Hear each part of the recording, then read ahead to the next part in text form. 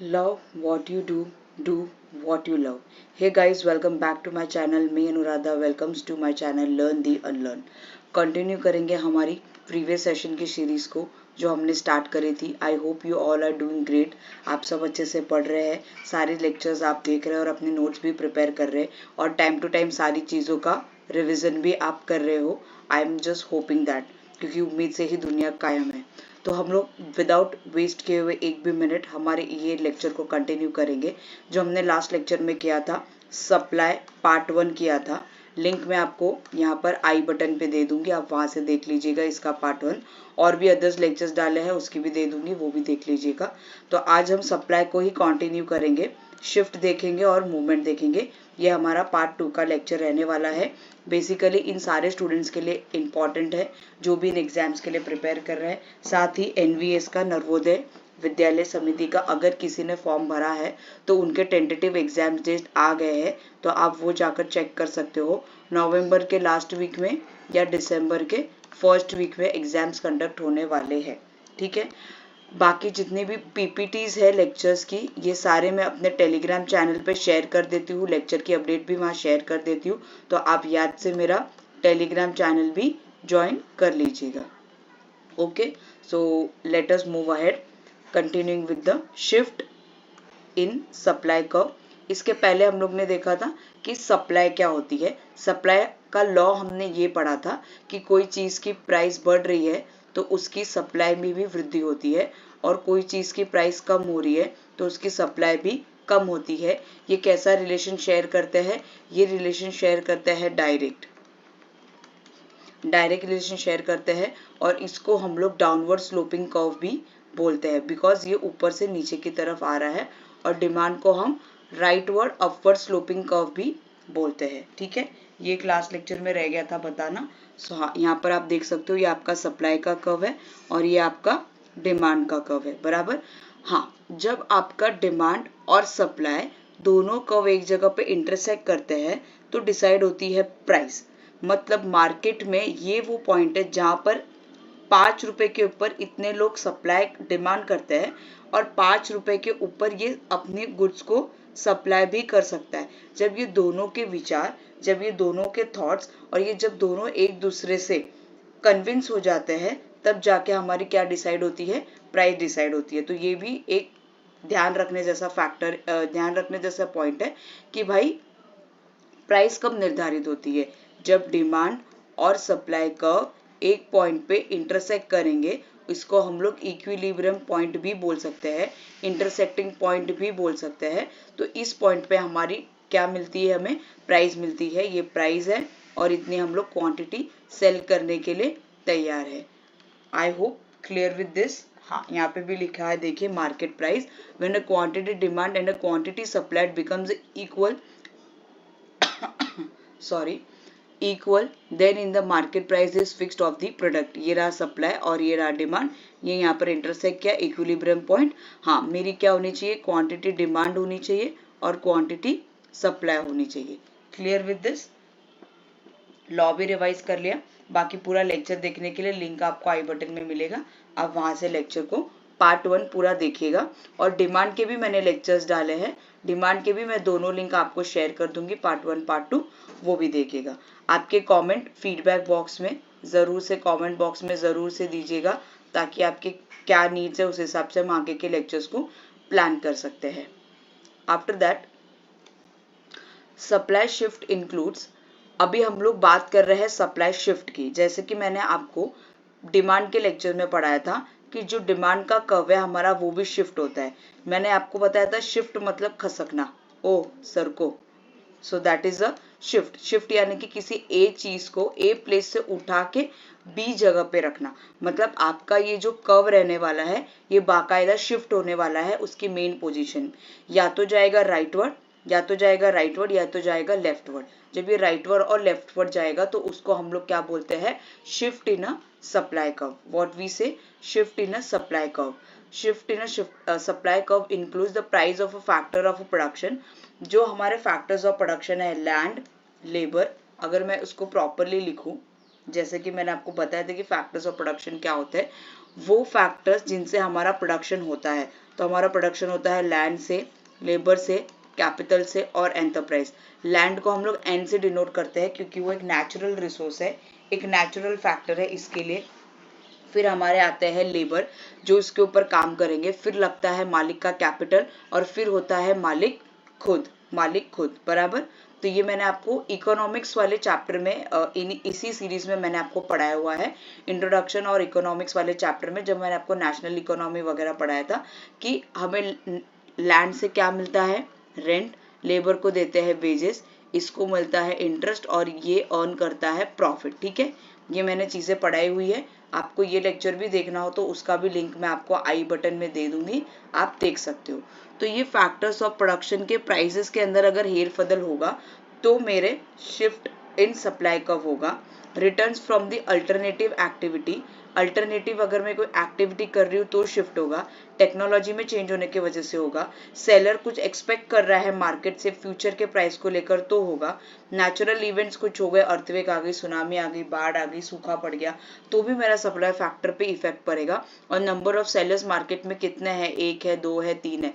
आगे जब हम मार्केट वाला चैप्टर करेंगे तो उसमें हम लोग मोनोपोली, ओलिगोपोली, ये सारी चीजें भी करने वाले हैं। तो क्लियर विद दिस कि why our supply curve can be shift, what are the reason, so these all are the basically reason because of that my supply curve can be shift. Now we can see the diagram. ये जो आपको yellow line दिख रही है ये मेरा original supply curve है। Okay, this is my original supply curve. ये क्या है, प्राइस पहले इतनी थी तो सप्लाई इतनी थी, प्राइस बढ़ी तो सप्लाई भी बढ़ गई, जैसा कि लॉ ऑफ डिमांड बोलता है कि इतने से प्राइस बढ़ा और इतने से मेरी सप्लाई बढ़ गई। जब मेरा शिफ्ट होता है तो ये ओरिजिनल से किधर शिफ्ट हो गई, लेफ्टवर्ड हो गई, मतलब जरूर मेरे प्राइस में इंक्रीमेंट हुआ रहेगा एज पर the quantity of a DVD का एग्जांपल लिया है। और ये मेरी ओरिजिनल से किधर शिफ्ट हो गई, राइट की तरफ, नीचे की, यानी कि मेरी प्राइस जरूर नीचे की तरफ आई होगी, इसके लिए तो ये शिफ्ट हो गया ना, ये कर्व से ये कर्व पे, ये कर्व से ये कर्व से ये कर्व पे शिफ्ट हो गया और ये कर्व से ये कर्व पे शिफ्ट हो गया।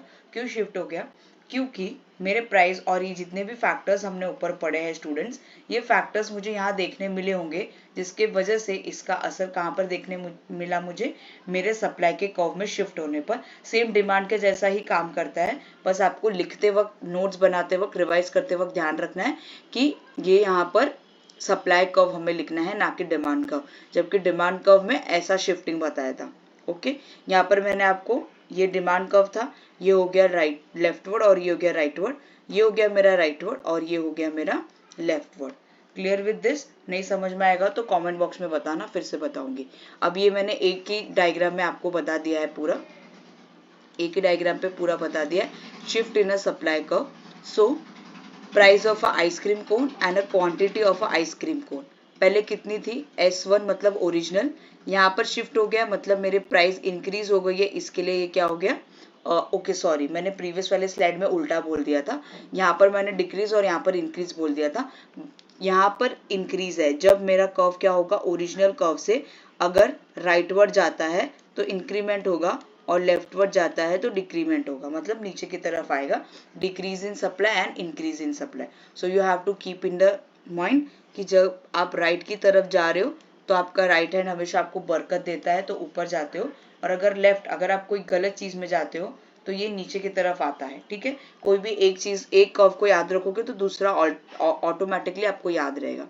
So this is your supply curve, decrease in, increase in. Clear with this? Any change in that rise in a quantity that seller wish to produce at a given price shift supply curve to the right, and any change that lowers the quantity demand curve seller wish to produce at a given price of time is known as a supply curve in the left side. Okay.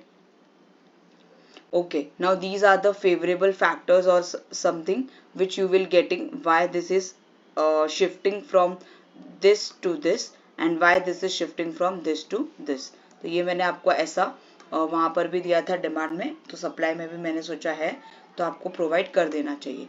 Now we have the movement. अभी मैंने आपको demand में भी बताया था कि movement कैसी होती है, सेम कर्व पे हो रही है। ये है मूवमेंट यानी कि शेप, मैंने आपको लिफ्ट का एग्जाम्पल दिया था कि वही लिफ्ट ऊपर भी जाती है और नीचे भी आती है। सेम आपको क्या करना है, सप्लाई कर्व में भी ध्यान रखना है कि इसी सप्लाई कर्व में मूवमेंट होगा एक्सटेंशन का और कंट्रैक्शन का। समझ में आ रहा है आपको, याद आ रहा है ना। The supply curve will move upward from left to right which express the law of supply. As the price of a given commodity increases, the quantity supply and also increases the quantity अपना price, और price and quantity supply. Okay, तो ये मेरी P1 की price है, मतलब original है, तो ये मेरा पहला हो गया। जैसे ही प्राइस ड्रॉप होता है तो मेरी सप्लाई क्या हो जाती है, कम हो जाती है, मतलब इतने का मुझे उसके अंदर गैप देखने के लिए मिल रहा है।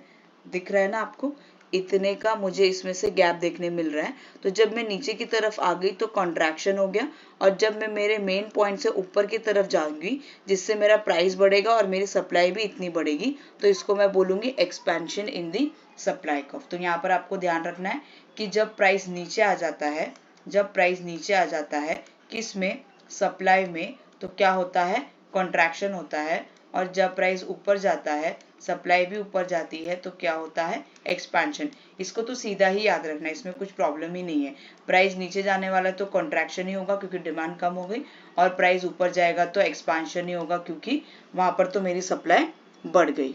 आ रहा है समझ में, क्योंकि ये जो सप्लाई का जो कर्व होता है वो सेलर यानी कि प्रोड्यूसर, बेचने वाले के एंगल से बनता है। डिमांड का कर्व तो कंज्यूमर के हिसाब से बनता है, इसके लिए वहां पर इनवर्स रिलेशन चलता है। क्लियर विद दिस, ये भी मैंने आपको दे दिया। सेम मैंने आपको ऐसा सप्लाई डिमांड वाले लेक्चर में भी दिया था कि एक ही में आपको क्लियर हो जाए। अगर कुछ नहीं भी आता है, सिर्फ डायग्राम भी अगर ध्यान में रखते हो तो अच्छे से आप इसके एक्सप्लेनेशन लिख सकते हो। डायग्राम को नेम करना बहुत ज़रूरी है। यहाँ पर आएगा क्वांटिटी इन यूनिट्स, यहाँ पर आएगा प्राइस, इसको देना है आपको नाम supply curve, X axis Y axis zero, ये सारा कुछ लेना है। यहाँ पर हमेशा लिखेंगे आप क्वांटिटी सप्लाई। ओके, ये था आपका मोमेंट। मोमेंट मतलब क्या, मोमेंट से आपको ध्यान रखना है कि लिफ्ट, मोमेंट से क्या ध्यान रखोगे आप, लिफ्ट, उसी में ऊपर और उसी में नीचे, यानी कि कॉन्ट्रैक्शन एंड एक्सपेंशन।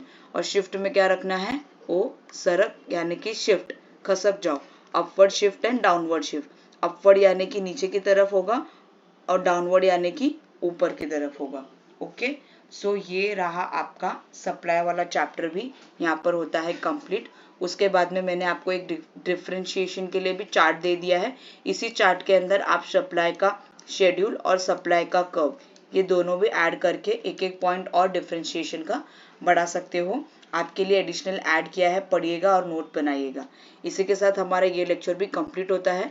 वीडियो पसंद आए हो, लेक्चर पसंद आए हो तो लाइक कीजिएगा। आपके प्रीशियस कमेंट जरूर से कमेंट बॉक्स में दीजिएगा, शेयर कीजिएगा। चैनल पे न्यू आए हो तो सब्सक्राइब कीजिएगा और बेल आइकन दबाइएगा ताकि न्यू लेक्चर आते ही आपको इसका अपडेट मिल जाए। ये सारी मेरे चैनल से जहाँ पर आप मुझे फॉलो कर सकते हो। टेलीग्राम चैनल को ज्वाइन कर लीजिएगा, सारे लेक्चर्स की पीपीटी और सारा कुछ आपको वहीं पे मिलेगा। यूट्यूब चैनल है, कोई प्रॉब्लम हो तो और कोई सजेशन हो तो आप मेल कमेंट बॉक्स में या मुझे मेल भी कर सकते हो। और ये मेरा इंस्टाग्राम हैंडल है, आप यहाँ पर भी फॉलो कर सकते हो। ओके, होप सो कि लेक्चर समझ में आ गया होगा और बहुत अच्छा लगा होगा। ज़रूर से मुझे आपके डिमांड्स बताइएगा तो उस हिसाब से मैं अपने लेक्चर्स को सप्लाई करूंगी। आसपास सफाई रखिएगा, कचरा कूड़ेदान में फेंकिएगा, प्लास्टिक यूज नहीं करना है। उसी के साथ मिलते हैं नेक्स्ट लेक्चर में, तब तक के लिए हैप्पी लर्निंग, जय हिंद।